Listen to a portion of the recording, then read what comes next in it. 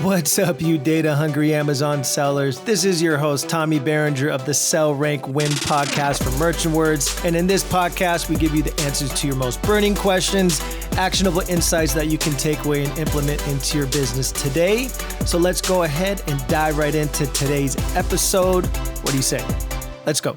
Well, welcome everybody to the Sell, Rank, Win podcast. Thank you everyone for joining us. I am your host, Tommy Berenger, alongside with the president of Merchant Words, Mark Liu. Hello. And we have a couple of very special guests here with us. We have Andrew McGarry, who is the founder of the McGarry Agency, and alongside with his partner, Hannah Reyes. She's a paid media specialist over there at the McGarry Agency. And they've been helping fashion brands connect to new customers since 2014.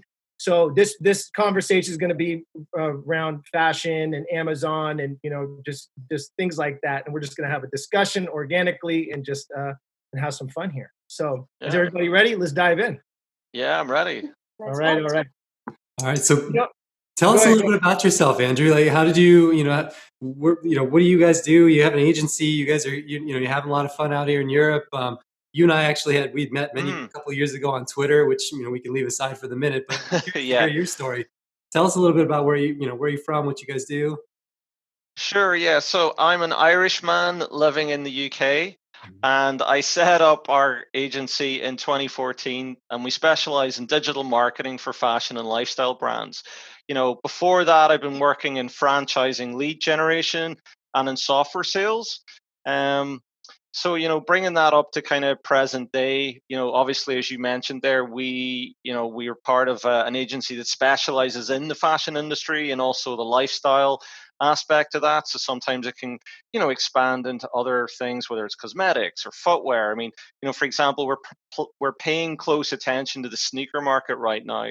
And also because of COVID and everything that's going on this year, the wider context around, let's say, the home and kitchen, aspects as well. But yeah, just, looking forward to having a good Amazon focused chat today. Absolutely. Well, speaking of sneakers, Andrew, I was stalking you on LinkedIn last night, and I saw a quote from you that you help the brand Sneakers and Stuff, which is actually located here in Venice, I believe, out in Los Angeles. You help them get to the top of the page there on Google. And we kind of want to walk through some of the tactics there, and then maybe how you're going to carry that over to Amazon. Sure. Yeah. I mean, what I would say is, and hopefully I can bring my colleague, the very talented Hannah Reyes, on here. But I think for certain brands, and I think with Sneakers and Stuff, that's maybe a great example of, for example, Nike pulled out of Amazon, not that long ago. And I think for certain multi-brand retailers, the picture's a little bit more complicated than simply like, hey, there's 150 billion Prime customers or million customers, let's go get them. So, but certainly for Sneakers and Stuff, we've been very pleased with the work we've done for them. And I think that, for this conversation today, I think the kind of wider aspects of what we've been seeing because of COVID. I mean, look, happy to talk sneakers all day long. I'm not against it, but I do think that, like, in terms of what we've been doing, and certainly, Hannah, the things that you've been seeing, like the wider picture for this year in digital marketing has been kind of crazy, hasn't it?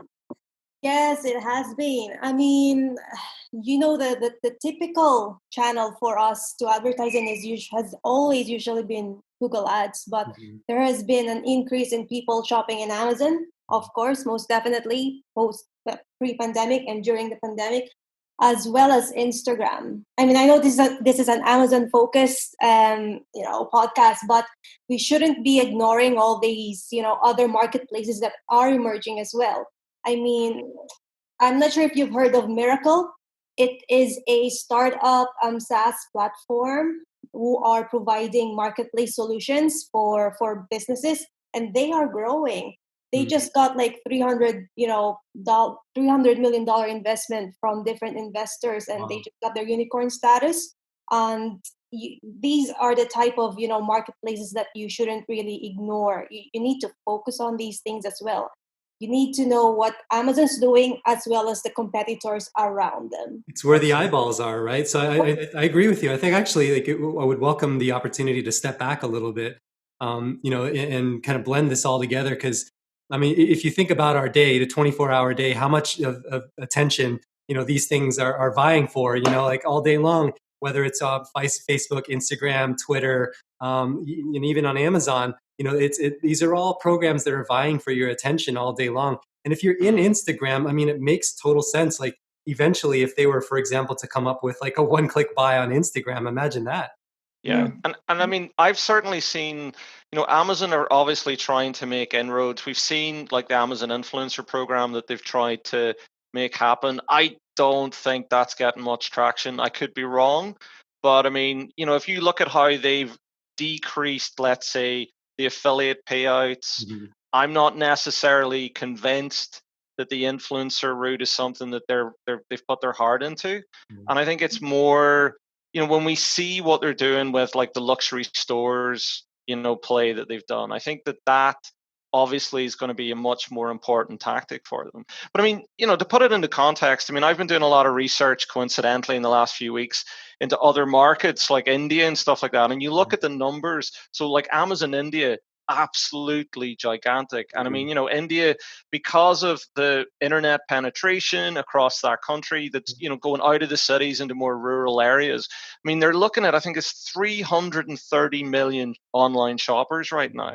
So, I mean, there are certainly, outside of North America and outside of Europe, we do maybe sometimes forget about Amazon's global reach, things like, I mean, okay, the Netherlands is maybe not a great example because it's a small country, but, there is places that Amazon is still reaching out into.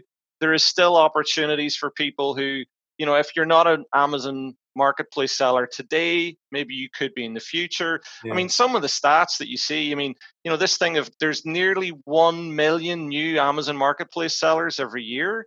I mean, I was pulling up the stats earlier, and, in terms of competition, I think this goes into the whole thing of why, the competition is so competitive year on year that the whole reason we're having this conversation today is because for a long time, if anyone ever asked me about market research or market opportunity when it came to Amazon, I was like, well, I take it you have merchant words, because if you don't, what are you doing? Right. And I don't mind saying that because at the risk of sounding like a shell or that like there's a check in the post, like for me, I've always invested in the research tools and what is the market intelligence.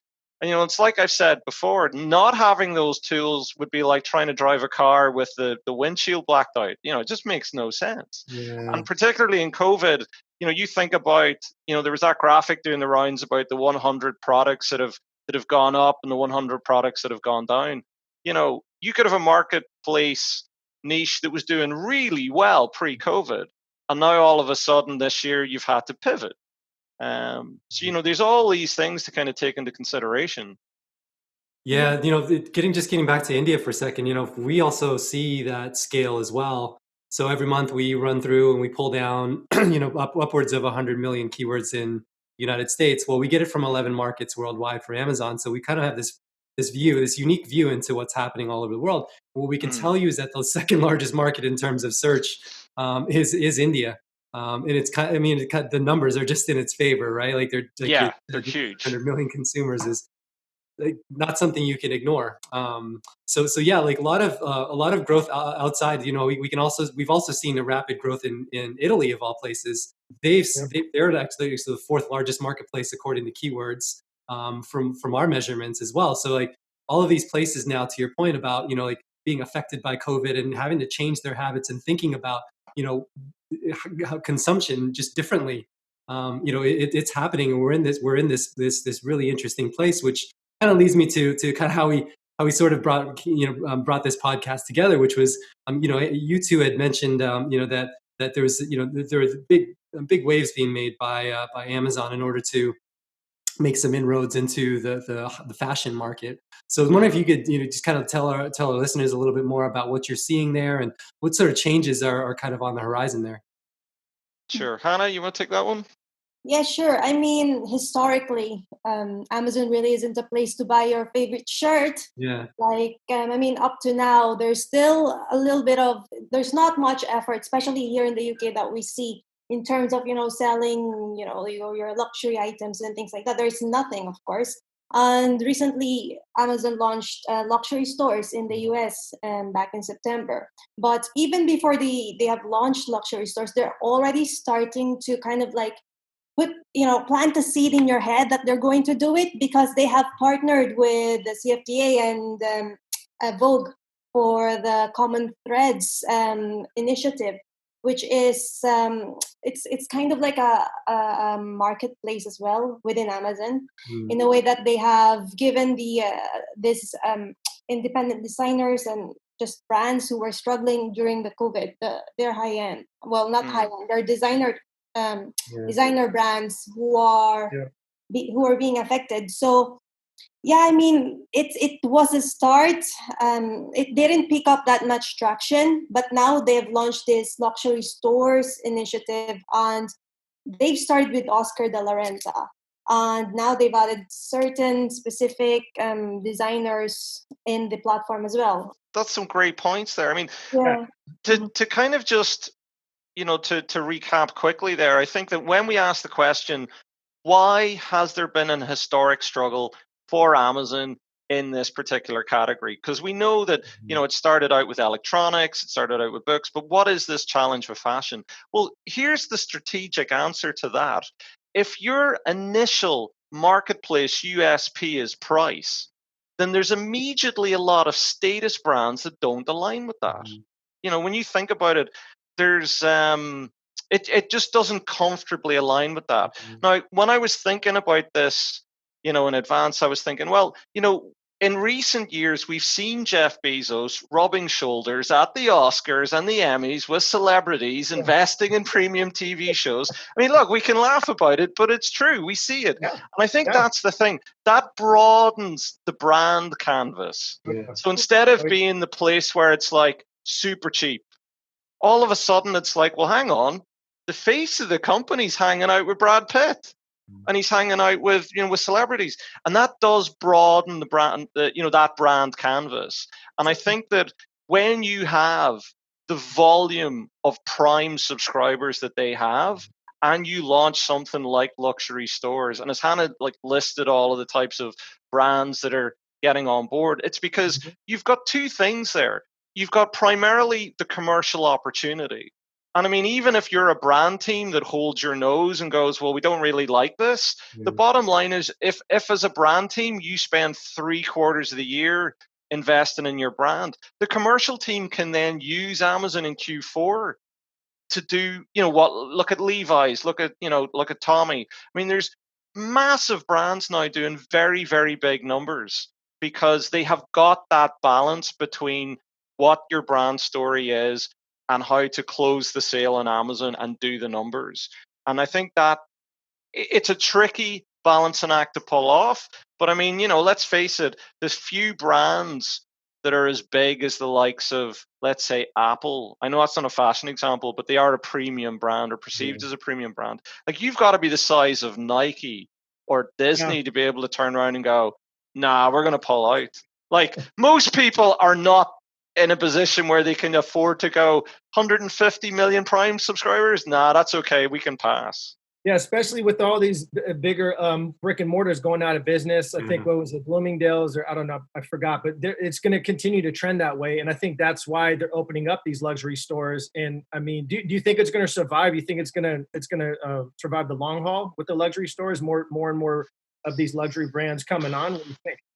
It's hard to know. I mean, I can definitely see a situation where that kind of curated, bespoke experience. I mean, I'm probably going to show my age a little bit here, but I think that the older, the older consumer has money and wants the VIP treatment. Yeah. And I think that, let's call them the TikTok generation. I think the TikTok generation are leaning more towards, what is the cause, or what is the, is this an ethical company? I mean, in Europe, we've seen Zalando take on Amazon and carve out market share. So, for example, Amazon have been eating everyone else's market share and, putting the likes of Debenhams and Deadman inadvertently allegedly into administration and all that kind of thing. But you see a marketplace player like Zalando, and they say, right, if you want to buy fashion from us, we will have a sustainable option. We will make that very clear in our navigation. And what I think is really interesting is, when I talk to Hannah about this, Hannah, your probably go-to would be maybe Zalando before Amazon. Is that a fair comment? Yes, I actually, you might kill me for saying this. I haven't really purchased anything during Prime Day. Oh no! Right. Okay. I know, surprising, right? Because I've already exhausted my purchasing kind of like excitement before before Prime Day with all these discounts happening. But yes, Zalando is one of my go-to for designer brands, but as well as matches fashion on My Theresa and things like that. Only because when you go to their site, you could tell that they're premium and they're luxury. I mean, if you go to Amazon, you won't see a speck of luxury in that site.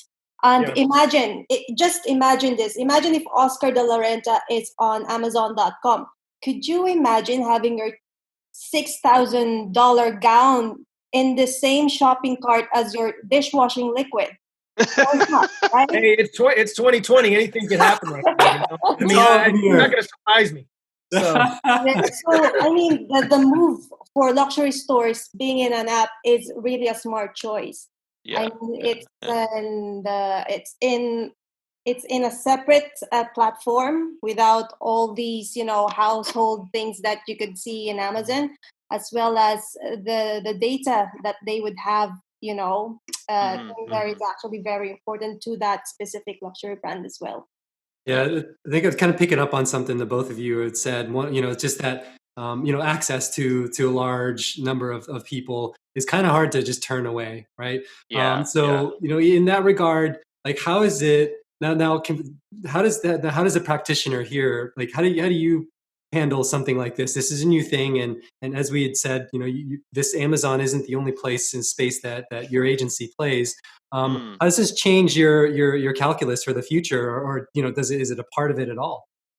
Yeah, no, it is definitely a part of it. I mean, I think that this kind of comes under, let's say, what's best practice for fashion brands. I mean, I think that there's a lot of things that can grab our attention because they're new and they're shiny and we're immediately drawn to them. But like the boring but profitable answer, if you're working with Amazon, is that I would say it's things like the quality of your product data and your content. And that comes from attention to detail. And there are certain things, it's a bit like when you say, like, we're all aware of this thing of we should have a healthy diet and we should get exercise. That's not rocket science. We all know that. Do we do it? Maybe we don't. And whenever I talk about digital marketing, it's very easy to get attracted to the kind of the shiny things like, oh, AI and machine learning and this and that. And it's like, yeah, I have never smashed a Q4 target because of the new shiny thing. I've always, okay, I better be careful I don't sound like I'm trumping my own horn here, but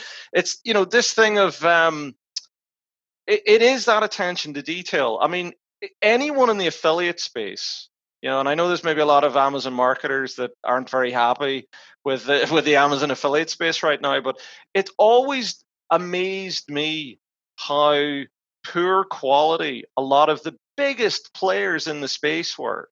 And I think that that's maybe the advantage, that when you work with Amazon is that they have the infrastructure. It's this idea that Amazon isn't a shop. Amazon is an infrastructure. And when you tap into that infrastructure, you're able to leverage. Now, let's face it, like, you're talking about Super Bowl numbers. Advertisers, you may not be a sports fan, but as a brand, you might be looking at the Super Bowl. And that's kind of why I see, all of the plays, whether it's luxury stores or anything else, that's what I see a lot of brands looking at Amazon now and going, you've got to be Nike or Disney to be able to say, yeah, we're not interested in the Super Bowl. We're not interested in those numbers. And so therefore, I definitely think that, yeah, I mean, look, automation is great, but ultimately it's things like quality. It comes down to quality control. And, when you turn on your advertising, how are you able to make sure that you have the right insights so that you can understand the market opportunity? I mean, there's this thing in paid media called the law of inefficient click-throughs, which was penned by Andrew Chen. He calls it the law of click-throughs, but I'm not sure if I'm allowed to say that on the podcast. Absolutely. But fire away. but it's this thing of like, there is a cost to acquiring a customer, and there is a higher cost if it's, like a first-time customer who's got less brand affinity. So, it doesn't really matter whether it's Amazon or Google or Facebook. Your profitability ultimately is about reaching that kind of optimum number of people who are familiar enough with your brand that they will buy the product at let's call it an optimal cost. And then after that, every customer after that knows you less, needs more convincing, and therefore costs more money to convince, and therefore your profitability is going to go down. So, like, you take someone like Hannah. If Hannah's, got a client that is like really aggressively trying to get certain sales targets, we have to hope that the brand story, the brand affinity, all of those aspects are in play. Because if they're not, then you're always going to have that tipping point. I mean, there's certain people in the digital marketing industry have described it as, one-shot ponies. Hang on, was it one-trick ponies get shot? That's it. And it is that thing of, I'm trying to reach new customers, but if I have to keep reinventing the wheel all the time, it gets more expensive. I mean, this is why Amazon Prime's so successful, because once you get people invested in an ecosystem, they're looking for an excuse to buy. And I think all of us that are Amazon Prime members, outside of the US, when there's a new fashion service that becomes available, you do look at it. I mean, I've looked at Prime Wardrobe. I haven't used it yet, but I certainly want to know what are the things that Amazon could offer me as part of my Prime membership that's going to make my life more useful. But I do think that, things like AR on phones, the ability to, use the latest iPhone and maybe see what does that pair of shoes look like, or what does that home furniture look like in my living room. I can see that being a shiny thing in the future that's more practical. But certainly, I think that, Hannah, whenever you've had to deal with these kinds of situations, it really just comes down to the quality of the product data. Is that fair? Yes, absolutely. I mean, if you don't have anything to analyze, how are you going to move forward as to, solving a problem, for example? So definitely quality of data is important. Absolutely. And then something I think you alluded to earlier, Andrew, was in regard, we were talking about external traffic and then also, Prime memberships and things like that. And I think that there's been a recent change to Amazon's A9 algorithm earlier in the year. Some people it's a new iteration to it. Some people are calling it the A10. I don't know if Amazon's exactly calling it the A10, but what I think is that, and one of the major changes actually on that algorithm is that when you're driving external traffic via Facebook, Google, Instagram, or whatnot, Amazon is now rewarding that. So it's actually stronger, more heavily weighted than actually sponsored ads. Now, sponsored ads are still in play. You still need to do sponsored ads within Amazon, but it's now even more and more important, especially now, to drive that external traffic. And there is a brand. I was just listening to something earlier this morning. There's this brand. It's I forgot the name of the brand, but they do like a 23andMe, but for pets. To get your pet, stuff like that. So what they're describing, what their strategy was for Prime Day, and what they did was they ran a Prime Day deal, a Lightning deal, and then they were just driving a ton of external traffic to their listing, and they ended up ranking at the top of the page above all the bestsellers, above everyone. So now this has to be a strategy, is driving external traffic, especially what you guys are doing, driving this outside traffic to Amazon. And I don't know if you guys noticed out there in the UK, but here in LA or in Spain, Mark, but in LA, I'm seeing more and more commercials of these companies telling the people, the viewers, to go to their Amazon listing just from the TV commercial. I've never seen that before. This past like maybe 30, 60 days, I've been seeing that more and more. And I know why they're doing that, because Amazon is giving them more ranking love because they're more heavily weighting the external traffic. So, I mean, it's going to be continuing to go more and more. And then in turn, getting more new to brand customers. And then probably the Prime memberships are going to go up and up and up. Because if they're driving outside traffic, maybe some people don't have Prime memberships. We're just going to force them to kind of get that Prime membership if they want a Prime Day deal or Prime, because you have to have Prime to get the Prime Day deal or the shipping out. So. Yeah. No, I think those are all fair comments. I mean, ultimately, Amazon are in the battle for ad dollars when it comes to hey, what do I spend on Facebook? CMOs are trying to figure out, what do I spend on Facebook, what do I spend on Google, what do I spend on Amazon, and they have to make those decisions. And certainly, I've been fortunate enough to to see how Google perceive Amazon when I have been invited to Google events, for example, like in the European HQ in Dublin. And it can be quite eye-opening to sit in a room with other brands. For Amazon to now have become the point where people's research begins on Amazon. And I read the stat there. It said 23% of people don't even have a specific product in mind. They're just, hey, I'm in the habit of doing it. And that has got to be eaten into Facebook's share. They're used to being the go-to for research. But if you think about it, if I want to buy, let's say I want to buy a leather jacket, it used to be like, if I went back 10 years ago, even 5 years ago, I would go to Google, I would type in, stuff to do with cool leather jackets, and I would start reading blogs. I mean, the chances are now, unless I see like some kind of niche brand, like I think Straight to Hell or something like that on Facebook, I'm more likely to ask the question of, well, what's on Amazon? I mean, I may not want to initially go there, but it's the habit.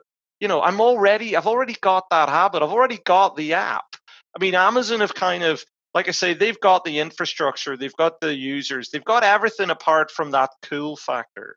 And they just have to figure out, when brands are so, brand sensitive, when the story is not, strong enough to kind of, it goes back to the whole thing of price. If price is your USP, you've got to figure out another way to do this. And that's a big part of, like the minute I read, oh, this is going to be an invite only thing for luxury stores, I was like, okay, they're getting it. They're waking up, because that is, you think about Tesla, not everybody can get a Tesla. You got to get on a waiting list. And then even if you got on a waiting list, they might tell you no. If they don't like you. You're creating the FOMO. Yeah, exactly. And then, it wasn't too hard to get into luxury brands. I tried to sign up for it. I think I was approved in like maybe 5 hours. But anyways, it is smart that they're doing that. Like there's kind of like a barrier to get in there a little bit. Yeah. Well, this is it. I mean, it's that classic thing of exclusivity. Absolutely. So last thing, if I may, just kind of a question popped into my head is like, how do you all make sense of the flows of traffic, right? Given that, ultimately we know now based on what you're saying that, okay, Amazon is something that you definitely have to take into consideration, but it's a part of your kind of more of a holistic society, approach or strategy. So when you're organizing these things, whether it be it like Google ads, Facebook ads, Instagram, what have you, like, how do you think about this? Like, how do you think about the way that your traffic goes in and out? Or, like, is there even if you're at liberty to say so, like, do you have preferences for where you think that the ultimate conversion or sales should happen? Yeah, I mean, it really does vary from brand to brand. I mean, Hannah, when I think about the brands that we've worked with, it does tend to be a case of it's almost as if the evolution of the brand, what stage they're at. So, for example, if they are earlier in their cycle, they may just feel like we don't want to endanger the brand, and we aren't experienced enough to know how to get the balance right. So I would say that for smaller brands, it can be quite challenging. I mean, you look at like Allbirds, like you can get cloned pretty quickly on Amazon if they decide, we want to copy your product. But certainly, I think that we generally take our steer from, what is the international expansion plan? It's pretty straightforward. If someone says to you, look, I just want to sell in North America, or look, I just want to sell in Italy, that's a much easier conversation. But when someone comes along and says, well, we're strong in this one or two territories, but we'd like to know what is the global marketplace opportunity. That's a much bigger conversation then, because then it's about, well, how big's your budget? Exactly how much world domination are you after? You know? I think Hannah, like that's probably Yeah, I mean, I that's agree my with take on it. you that it just depends on the client that we're working with. Because let's say, for example, we had clients where they are really strong in Google Ads, and we had clients who were really strong on Facebook. And we also had clients who were, most of their purchases came from, influencers trying to drive traffic to the brand. So it just depends. Not only does it depend on the brand, it also depends on where the customer is at on the stage of their purchasing journey. Yeah, Like, yeah. I mean, I think in one of our vlogs that we do for the website, we said that, if it's a returning customer, they may respond better to an ad with a new arrivals message. If they're new to the brand, then they might want to know more about the story and how it started, just to get to know the brand more. So yeah, there's a lot of factors, obviously, but I mean, pay-per-click is definitely one of the Yeah, best ways to and just go. to bring it back to sneakers. I mean, I know that we've mentioned about Nike, kind of directly pulling off the marketplace, but I have no problem with people showing me ads that I'm interested in. So like if Adidas or Converse want to show me ads when I'm on Amazon, or heavens forbid, if I'm watching something on Amazon Prime, I'm okay with that. Yeah. And I mean, the sneaker market is pretty competitive, and certainly, going back to what we mentioned, with sneakers and stuff, when we're looking at that kind of global world domination plan, and one day we're saying, okay, we want to look at the market in Japan. What can we do there? I mentioned earlier about India. Amazon is so big in India, and the numbers are massive. And we have to make these decisions around, what you see, and it's a little bit complicated in that brands like Nike are aggressively pursuing a much greater DTC model. Yeah. So they look at the middlemen, whether it's JD Sports or Foot Locker, but they look at all of those kind of those players, and they go, well, they are not going to present our brand as well as we can, so why would we want them? So I think that if you are a reseller, I don't care how small or how big you are, I think there is an argument now that you have to be a desirable destination. You know what I mean? Like, you have to be somewhere where if you're going to be a middleman, you better be cool. You better be worthwhile engaging with, And I think that particularly in the fashion and lifestyle market, I think that is really important, because people want to be able to, it's almost like there's this balance between, we know how important reviews are in Amazon. And certainly, we talked about micro influencers. You almost want a certain amount of social proof so that you're cool, but not so much social proof that you're common. That's a really tough balancing act to pull off, because you want to have like, oh yeah, so and so had like that pair of sneakers, and that's really cool. I must check that out. As opposed to like, yeah, my dad would buy that.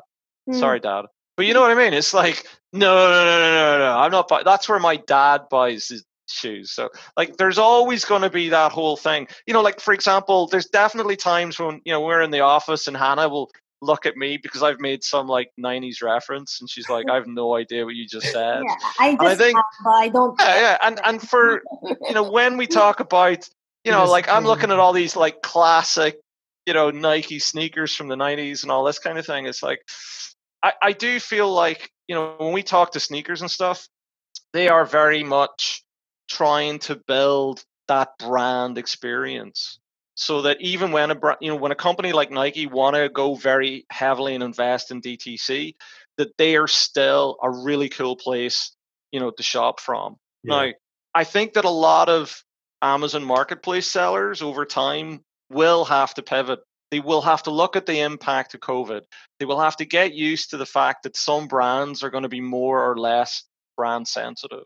And I think that is really important. And this is where I think, again, Merchant Words is so valuable for that market insight, that you are able to do your research, see what products are on the up, see which products are trending down, and look at that kind of bigger picture of, is this the vertical that I want to be in, you know? And if you are, like, if you're super passionate and you're a sneakerhead, that's cool. But if you're not and you were just, you know, doing it for the money, then, you know, you probably want to make sure you're not in one of these verticals that COVID has decimated. I mean, what's real? I mean, I don't want to toot our own horn, but you guys are already tooting it. Just really quick though. But what's really cool about with Merchant Words, if you are a bigger brand, if you're a brand just starting to drive outside traffic, external traffic, you can go to Merchant Words, type in your brand name, and see how these buyers are searching for it on Amazon. You might not even be selling on Amazon yet, but you'll see that there's actually a lot of buyers, and you can look into all of the marketplaces that we have data for: Japan, India, Italy, US, UK. So, I mean, that's what's super cool about it is, you know, you could see how your outside efforts are working for you, especially. Tommy, let me tell you a really quick story about how cool Merchant Words is for business intelligence. Just give me 2 minutes. I'll tell you this quick story. Go for it. I've got a client, right? Got a client in London, and they're doing a major branding and print advertising campaign, right? So you do this campaign, and they're thinking, right, we're going to get loads of brand awareness and loads of interest, and it's going to be great. And after a couple of weeks, I get a phone call. Now, we weren't in charge of the campaign. It was just we were being consulted on, and they said, we couldn't see any uplift. We couldn't see anything in Facebook. We couldn't see anything in Google. And of course, I asked the question, have you looked on Amazon? And they all looked at each other and they went, no. And I'm like, I bet that there was a spike in Amazon when you did that. So we went into Merchant Words and we looked at the data. And then we took the data from the campaign and the spikes were identical. Amazing. So I thought that was brilliant because I was able to go, here is when you advertised, and at the exact same moment, here is where your brand searches spiked in Amazon. Yeah, and they were just dumbfounded. That's awesome. And another thing is, like, you can see what other countries are searching your brand as well. Like for myself, I was I was kind of shocked to see that Canada was doing, this was a while ago before I started selling in Canada. Canada was looking for my products. And then I just said, okay, I need to move over to Canada. And then, you know, sure enough, it's working. And the cost per click in Canada is a lot lower than US, but that's a whole nother podcast. But anyways, I mean, yeah, definitely. You got to check, if you're driving outside traffic, you got to check what, you know, what's your temperature on Amazon. So, you know, without a shadow of a doubt. And that's the funny thing that people overlook it. You know, there's almost this old school habit of, oh, well, we'll check Google.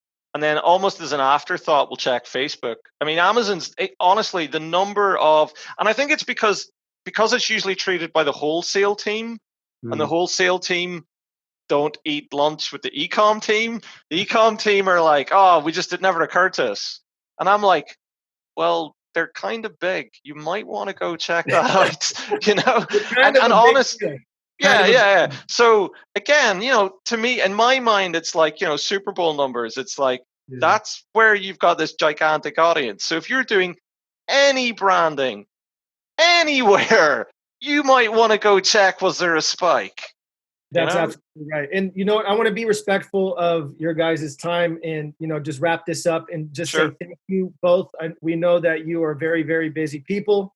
And we really are very happy that you guys came on with us today and spent your time with us to talk some shop about Amazon fashion, e-com, and then all this other stuff that we went into. You know, and it was this is awesome stuff. Love to have you guys on again. So just, you know, wanted to say thank you guys so much. Yeah, thanks. I mean, you know, obviously it's a super busy time of the year, and it's been a super busy year. But you know, if I could end every Friday getting to talk, that'd be great. I'm okay with that. Might take you up on that. Not had enough throughout the day. There you go. It's Hannah. You gotta feel sorry for Hannah. She's to put up with me. So. Pray for you, Hannah. We all need a Hannah in our lives. I know we do. Yeah. That was great, guys. Thanks very much. Absolutely. Thank you, guys. Talk to you soon. Okay. Talk soon. Bye. Bye. Bye. All right. Thank you guys so much for listening. And if you got any value out of this podcast at all, please let us know at the place that you listen to it at, whether it be iTunes, Stitcher, whatever it is. Give us some love, give us an awesome review, and let us know maybe some things you want us to talk about on the next podcast. Until next time, guys, stay awesome and be awesome.